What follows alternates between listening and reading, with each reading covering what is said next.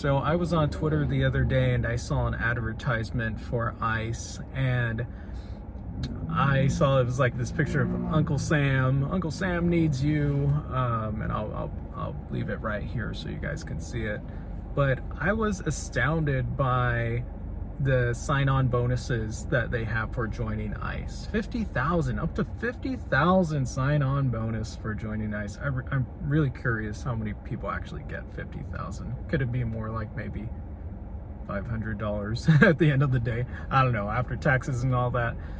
Yet ain't nobody giving you 50,000, but who knows, maybe some people are. So, you know, the more I saw the advertisement, I was looking at like the salary, and basically they're offering like around like 50, 60, 70, 80, up to 80,000, 85, I think, I'm not sure, for joining ICE. And I thought to myself, wow, they are basically trying to get people to sell their morals for money. And I thought to myself, yeah, there's definitely people who are going to sell their ethics and their morals for this amount of money.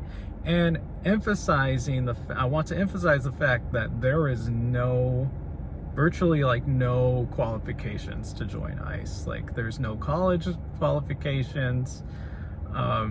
There's no qualifications. You can just kind of join, it seems, almost just with like a high school diploma. And so, you know, to the average person looking at this, of course, it's going to be incredibly incentivizing. It's going to be enticing. But I would beg the question, is it ethical? And is joining ICE, yes, I understand the short term, you get that 50K. I mean, that's not a short term type of negotiation there. That can change the trajectory of your life. But in the long term, in regards to your morality and your ethics and the guilt and ultimately in the shame that one may possess if they join ICE and break apart families, destroy families, separate mothers from fathers and fathers and mothers from their children. Deep down inside, I do feel that at the end of the day, it's you're selling your basic human morality for money.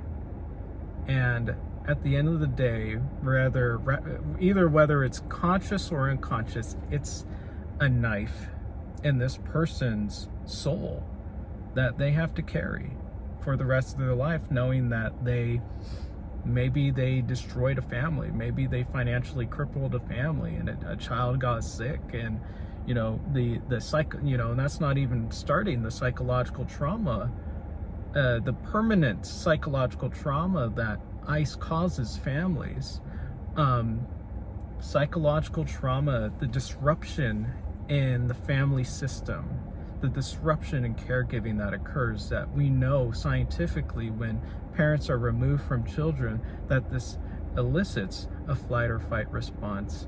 It creates core negative beliefs in this child about the world. It creates distrust. It creates depression, anxiety, anger. It destroys their health in the stress response that they get when they are removed from their family. It is destroying them. Not just destroying the family system, it destroys every individual physically and psychologically. So for these health agents, as much as maybe some of their unconscious defense mechanisms may arise when they are trying to maybe challenge,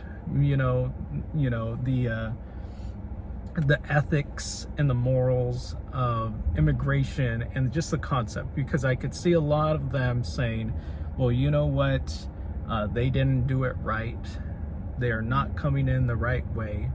And I see that point. I see the legality in immigration. I see the legality issues that it creates. But ultimately, the US government we cannot look to laws to guide our ethics. Now, yes, some laws guide ethics. For example, if you abuse children, there's laws against that, rightfully so. So in that case, laws guide ethics. But let's say something else, like, making a right turn on a certain street that has a right turn camera. It's not necessarily the most morally and ethically aligned law. It's like you can make a right turn on virtually like 99% of America's street corners and not get a ticket, but there's some where you can, and I'm sure there's some reasons too, but for the most part it's safe as long as there's space. But yeah, you can get a ticket for that. See, that there's a difference between like abusing children and then like breaking a red light law, and immigration kind of stands in the gray area of that. And I just want to say, at some certain point, it was, illegal for slaves to leave the farms that their slave masters owned. It was illegal for them, and the police was created so that slaves wouldn't be able to leave. That was the law. So just because things are law doesn't mean that they're ethical and that they're right. And I think just because, yes, we have these sets of immigration laws and set, does not mean that they're moral, does not mean they're ethical, does not mean that they're right. Some of them are blended in with some racism, and it's okay to admit that.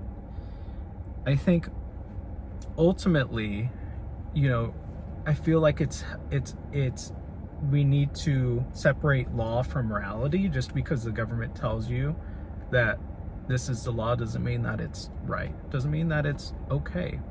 In this, ICE is particularly destroying people. It is violence. Separating families is violence. So ICE agents, I ask you again, do you want to live with the guilt and the shame? And are you okay with trading your soul to something that will impact you psychologically for the rest of your life? Because whether or not you're aware of the unethical nature and the immoral nature of ICE, it's something that I think if you're honest with yourself, that deep down inside, if you were to really look down and reflect, you would know that it's unethical. So yes, you may get to change the financial trajectory of your life, but once you've committed harm on a family, that's something that you can't undo. It's something that you will have to live with. Even if, let's say, you separated a family and they got back together the next week, that still leaves a permanent scar on all of the individuals and the children. Committing psychological trauma to children, you are selling your soul to commit psychological trauma to children and subsequently hurt their health. It's like going around stabbing people with a knife psychologically. It's unethical. And there has to be a level of absolute disconnection and disregard in order to participate in such a inhumane act, which is basically what being an ICE agent is. There's better ways to go about immigration, but this aggressivity is meant to spark a reaction in people of color. And I don't think it's really working to really bring anyone to violence, but I think that's kind of what it's meant for. I feel like it's supposed to disgust us, it's supposed to hurt us psychologically, physically, and it is. It already has. Damage been done on our community. But I don't think we'll retaliate in the same way that they harm our communities, because there is no answer in violence. But going back to ICE agents, you know, after the repression, after the denial, after the suppression of your emotions, you know, I would say be weary with what you do. Everything in life follows us, and it takes an incredible amount of disconnection and dissociation for you to commit heinous crimes, which is what being an ICE is. But at the same time, I could see why one would want to do it for the money. So the question is, sell your soul for the money, or live a life where you don't have to live with that guilt and shame, where you can be proud of yourself, where you could say, you know what, I didn't harm families today. I did something else, and I'm very proud of that. And where you can walk with pride and walk with, have a spine, you know, and do something good for the community rather than harm it just because they're offering incentive.